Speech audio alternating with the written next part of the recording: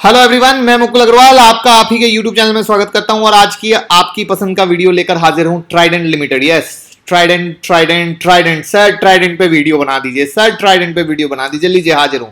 Trident के business और revenue model को लेंगे, फंडामेंटल एनालिसिस को लेंगे और उसके टेक्निकल चार्ट को भी ले आएंगे, ठीक है। और मैं न्यू सब्सक्राइबर को बताना चाहूंगा, इससे पहले मैं SBI card, IRCT, Bajaj finance, Ruchi Soya और आरवीएनएल का business revenue model fundamental analysis की वीडियो बना रखी है। आप वीडियो के सेक्शन में जाके वो सारी वीडियो देख सकते हैं। तो चलिए शुरू करते हैं। जो लोग पहली बार हमारा वीडियो देख रहे हैं, चैनल को सब्सक्राइब कर ले, बेल आइकॉन का बटन प्रेस कर ले, जिससे ऐसी कोई भी एजुकेशनल वीडियो मिस ना हो। तो सबसे पहले ट्राइडेंट लिमिटेड के जो फाउंडर है उनका नाम है राजेंद्र गुप्ता। और ट्राइडेंट ग्रुप एक डाइवर्सिफाइड ग्रुप ऑफ बिजनेस है जिनका अराउंड 5 बिजनेस सेगमेंट में काम होता है। लुधियाना बेस हेडक्वार्टर है। अब इनके वन बाय वन जो 5 सेगमेंट की बात की उसकी बात करता हूँ। पहला है यार्न। तो यार्न में ये प्रीमियम क्वालिटी का यार्न ऑफर करते हैं और इनका 35 कंट्री में इनका माल जाता है, जिसमें अगर मोटा मोटा लें तो middle east, Africa, US, Latin America, UK जैसे। और अगर इंडिया में इनके क्लाइंट की बात करें तो रेमंड्स और अरविंद जैसी बड़ी बड़ी पार्टियां इनका काम इनसे यार्न लेती है। तो कितना आसान है समझना और बिल्कुल ऐसा ही पूरा रहेगा। दूसरा जो इनका है होम टेक्सटाइल। होम टेक्सटाइल में चादर, टॉवेल, करेक्ट, बहुत बढ़िया क्वालिटी के चादर, बहुत बढ़िया क्वालिटी के टॉवेल, मतलब वर्ल्ड में जो टॉप क्वालिटी में जिसको कहते हैं ना, एकदम उस क्वालिटी के इनके टॉवेल और चादर होते हैं। आई होप अगर आपने यूज़ किया हो तो। ऐसे तो इनकी जो जैसे क्या होता है, हर कंपनी की डिफरेंट क्वालिटी होती है, लोअर क्वालिटी से अपर क्वालिटी। तो बिग बाजार वगैरह में भी इनकी काफ़ी क्वालिटी के माल रहते हैं। तो अब इनमें जो है इनका again top global retailer segment में इनकी पकड़ है, जिसमें USA, UK, Italy, France, Japan, Australia जैसी कंपनियों में इनका माल जाता है। और उससे मज़े की चीज़ बताऊँ, इनका ब्रांड कौन कौन से क्लाइंट है। CK, yes, ITC hotel, Lifestyle, Shopper Stop, Walmart, Mark and Spencer, the Oberoi group. तो यानी क्लाइंट में कोई कमी नहीं है। क्लाइंट एक से एक धुआंधार है इनके पास, समझ पा रहे हो। थर्ड, पेपर में जो Trident paper is the first mill in the world to use ECF bleaching in India, जो व्हीट स्ट्रॉ यूज करता है। व्हीट स्ट्रो यानी गेहूं, ठीक है। अब जो ये पेपर बनाते हैं उनका क्लाइंट कौन है, इनसे माल कौन लेता है। अगेन जैसे आपने अरविंद सुना या आईटीसी होटल सुना तो आपको मज़ा आया होगा, वैसे ही पेपर में भी नाम सुनोगे तो आपको बहुत मज़ा आएगा। क्या? HDFC bank, ICIC bank, SBI, Reliance, Adani group, Axis bank, SAIL, ONGC और भी बड़े बड़े नाम। यानी पोर्टफोलियो में कमी नहीं है क्वालिटी क्लाइंट्स की, जिससे सेफ, सिक्योर और डिमांडेड बिजनेस हमेशा मिलता रहे। करेक्ट है। जहां तक केमिकल्स में जो इनका बिजनेस है उसमें भी जो इनके क्लाइंट हैं वो हैं एक्साइड बैटरी वाले, ल्यूमिनस इन्वर्टर बैटरी वाले एंड माइक्रोटेक इन्वर्टर बैटरी वाले। तो आई होप आप समझ पा रहे होगे। जहां तक इनका एनर्जी सेगमेंट में है तो 49.4 मेगावाट कैपेसिटिव वाटर जनरेशन की इनके पास पावर है। 100 कंट्रीज में इनका कस्टमर बेस है। अब इनके जो बिजनेस मॉडल जो ये है, अब इसमें इनका रेवेन्यू का सेगमेंट कितना है। तो इनके रेवेन्यू सेगमेंट में अगर बात की जाती है तो 80% एक रफ अप्रॉक्स में अगर बात करें ना तो 80% अराउंड टेक्सटाइल से आता है और बाकी 20% इनका पेपर और केमिकल से आता है, ठीक है। अब एक कंफ्यूजन आपका दूर कर दूं, बार बार आता है, लोगों को लगता है कि ट्राइडेंट एक पेनी स्टॉक है। तो ट्राइडेंट पेनी स्टॉक नहीं है। पहले ये स्टॉक 70 रुपए के पास चल रहा था, ठीक है, और अभी ये 5-6 रुपए के पास चल रहा है। तो क्यों? एक्चुअली स्टॉक स्प्लिट हुआ था। अब जिन्होंने पहले पैसा लगाया था उन्हें एक शेयर के बदले में 10 शेयर दिया गया था। ये काम के पीछे कंपनी की क्या लॉजिक थी वो समझने की कोशिश कीजिएगा। कंपनी का जो ऑफिशियल स्टेटमेंट का लॉजिक था वो ये था कि हमने 70 रुपये के माल को स्प्लिट इसलिए किया है कि लोग इसमें ज़्यादा से ज़्यादा इन्वेस्ट कर सकें, इन्वेस्टर कंफर्टेबल हो सके, क्योंकि उनका मानना था, कंपनी का मानना था कि शायद 70 रुपये में सब लोग नहीं ले सकते, लेकिन अगर इसको हम स्प्लिट करके छोटा कर देंगे तो लोग इसमें ज़्यादा से ज़्यादा इन्वेस्ट कर सकेंगे। ये कंपनी का मॉडल। मैं पर्सनली इस लॉजिक से कहीं रिलेट नहीं करता। 70 रुपये का स्टॉक कहीं से कोई महंगा शेयर नहीं होता, उल्टे स्टॉक छोटा कर देने से उसमें मैनिपुलेशन की संभावना बहुत ज़्यादा हो जाती है, जो कि आप ऑलरेडी देखते होगे ट्राइडेंट में जो दिन की तेज़ी और मंदी होती है वो बड़ी फास्ट होती है। तो ड्यू टू दैट रीज़न उसमें जो इंट्राडे की ट्रेडिंग की संभावना है वो बहुत ज़्यादा बढ़ जाती है, उसमें बहुत ज़्यादा स्कोप बढ़ जाता है।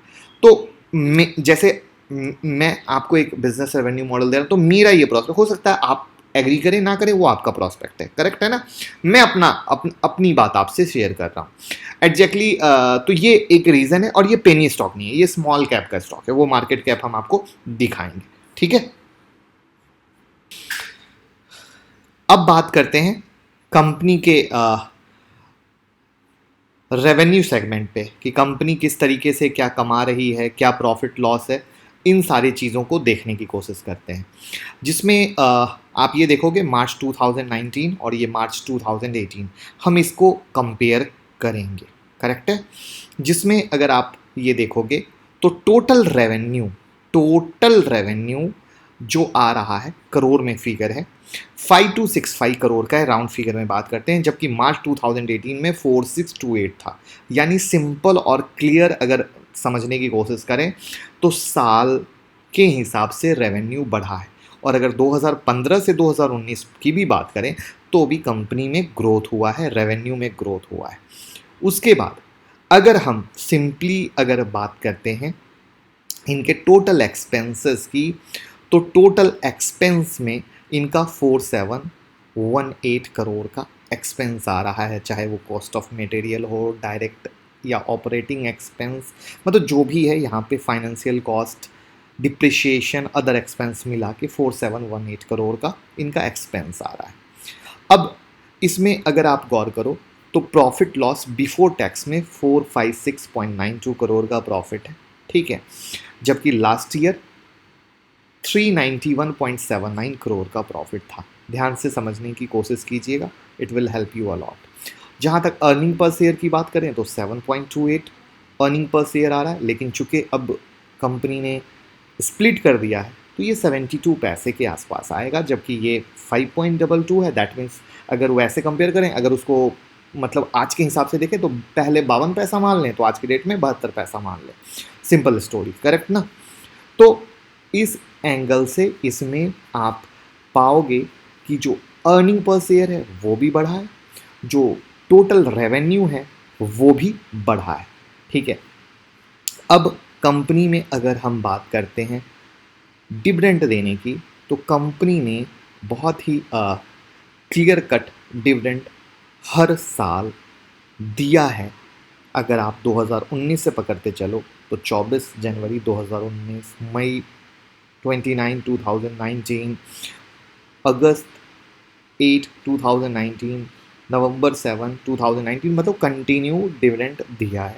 डिविडेंड देने से आपको जो आपकी इनकम, एक जिसको बोलते हैं ना कि हम पैसे एफडी में लगा रहे हैं, तो एफडी में क्या मिल रहा है और हम ऐसे स्टॉक में लगा रहे हैं, तो हमें एक उम्मीद है कि स्टॉक अभी परफॉर्म नहीं कर रहा है। कोई ध्यान से सुनिएगा, ये बड़ी इंपॉर्टेंट बात बता रहा हूँ। समझिए जैसे अभी आपने ट्रेडेंट में पैसे लगाए, एग्जाम्पल के लिए इन्वेस्टमेंट की बात कर रहा हूँ, ट्रेडिंग की बात नहीं कर रहा। आपके पैसे कहीं ना कहीं तो ब्लॉक हो गए, क्योंकि ट्रेडेंट को हम लाइव चार्ट पे भी लाएंगे कि ट्रेडेंट तो परफॉर्मेंस चलो अभी ही ले आते हैं ना, बात का क्या काम है, जैसे इसको डेली पे ले आते हैं। अब सोचो कि आपने इसमें पैसे लगा दिए, अब आपको तो रिटर्न मिल ही नहीं रहा है, तो आपके पैसे तो फंस गए ना। तो आपके पैसे फंस गए तो वहाँ पे क्या होता है कि जब आपको ये जो डिविडेंड आता है तो वैसे इंटरेस्ट आ जाता है, तो आप वैसे सेफ सिक्योर हैं। तो ये एक बड़ी ही अच्छी चीज़ हो जाती है जो हमें देखनी चाहिए। अब जहाँ तक प्रमोटर होल्डिंग की बात करते हैं, अगर आप गौर करो तो प्रमोटर होल्डिंग 60% कंपनी के जो ऑनर हैं, प्रमोटर हैं, उन्होंने अपनी पोजीशन को बकायदा पकड़ के रखा है और इवन थोड़ा बढ़ाया ही है। जहाँ तक प्लेज की बात करो, प्लेज बिल्कुल नहीं है। FIIs की बात करो, FIIs ने भी कंटिन्यू, आपके चार्ट पे दिख रहा होगा, 2018 सितंबर में 1.35 था, जो कि जून 2019 में बढ़ के 2.09 हो गया है।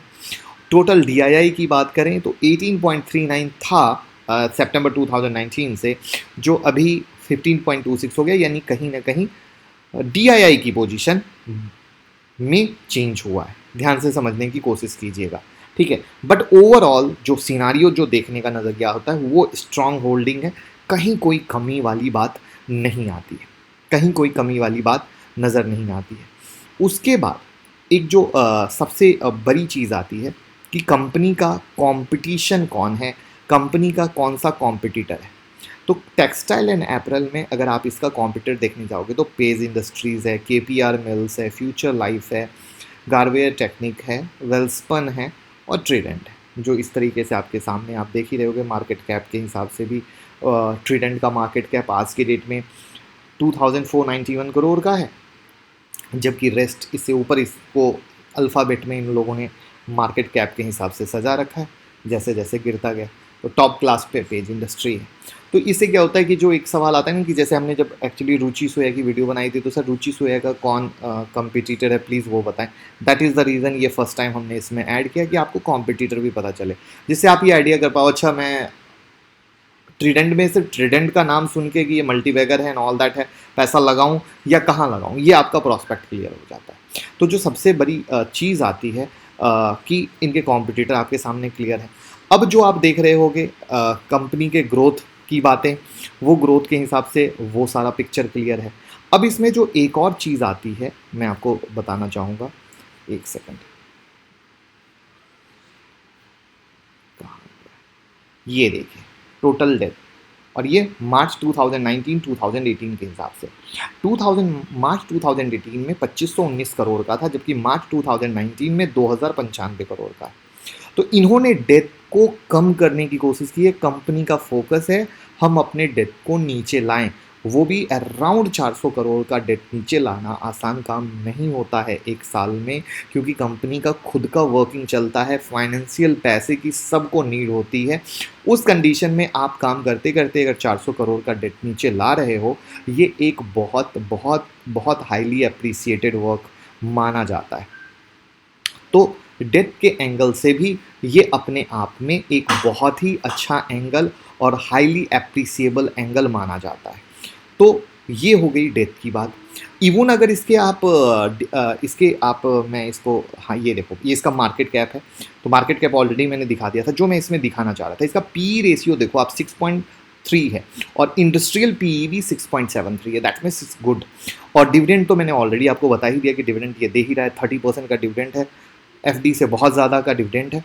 और जो एक सबसे मार्केबल बात है, इसकी जो डिलीवरी है वो 53.16 है, यानी 53% लोग यकीन करते हैं डिलीवरी लेके इसको होल्ड करने में।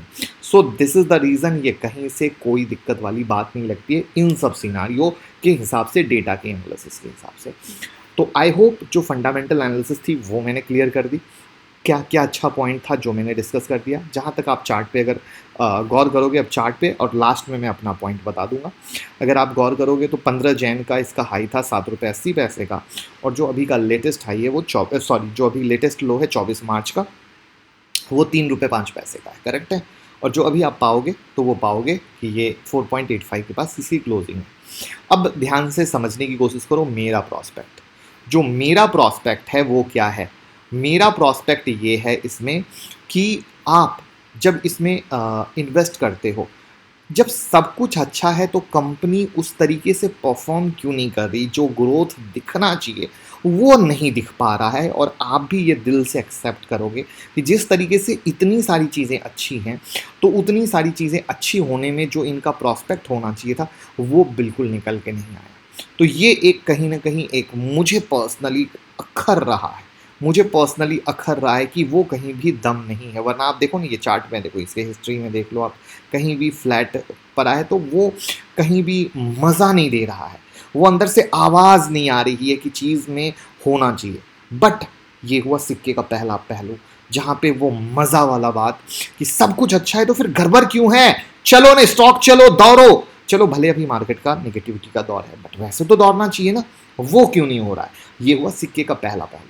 अब सिक्के के दूसरे पहलू की बात करते हैं, जब चीज़ें बहुत अच्छी हैं और मैंने एक डिविडेंड पे आपको हाईलाइट किया, तो डिविडेंड के एंगल से आपका पैसा आपने कहीं डाला तो आपको डिविडेंड तो मिल रहा है, आपका पैसा ब्लॉक तो नहीं हो रहा है। तो इन सब नज़रिए के हिसाब से आप थोड़ा पैसा अपनी स्टडी को देखते हुए इसमें डाल सकते हो और आपका डिविडेंड आता रहेगा, तो आपको उस नज़रिए से अखरेगा भी नहीं, ठीक है। और बाकी अखरेगा नहीं, प्लस एक और चीज़ बता दूं, जैसे अभी आप कोरोना वायरस का समय, सारी कंपनियों के रिजल्ट हिट करेंगे, अभी भी करेंगे, फर्दर भी हिट करेंगे, तो अभी दौड़ के लेने का मकसद बनता नहीं है आपको। ये ऑलरेडी मुझे तो पर्सनली लगता है कि जब Q1 भी आएंगे, चूँकि बिजनेस अभी कहाँ जा रहा है, कहीं तो जा नहीं रहा है, न थ्रेड न यान जा रहा है, न इनका कहते हैं पेपर जा रहा है, तो उस तरीके से मुझे लगता है थोड़ा और सस्ते में आपको मिल जाए, परेशान होने की ज़रूरत नहीं है। तो उम्मीद करूँगा आपको एनालिसिस पसंद आई होगी, चीज़ें बहुत शार्प क्लियर जो हमारी कोशिश है आपको आपकी भाषा में बताना वो पसंद आई होगी। कैसा लगा कोशिश ज़रूर कमेंट बॉक्स में बताइएगा, जिससे हम आपके लिए फर्दर और भी बिजनेस केस स्टडी लेके आते रहें। बाकी टेलीग्राम ट्विटर से जुड़े रहिए, जिससे हर एक खबर मिलती रहे, और निफ्टी की वीडियो हर रात आती है। प्लस अगर आपने हमारा फ्री जैकपॉट स्ट्रेटजी नहीं देखा है जो हमने सिखाया है, तो वो वीडियो प्राइवेट है, 9708094321 पे आप मैसेज करके वो वीडियो ले सकते हैं। और बाकी जुड़े रहिए, सीखते रहिए, कमाते रहिए। Thank you so much.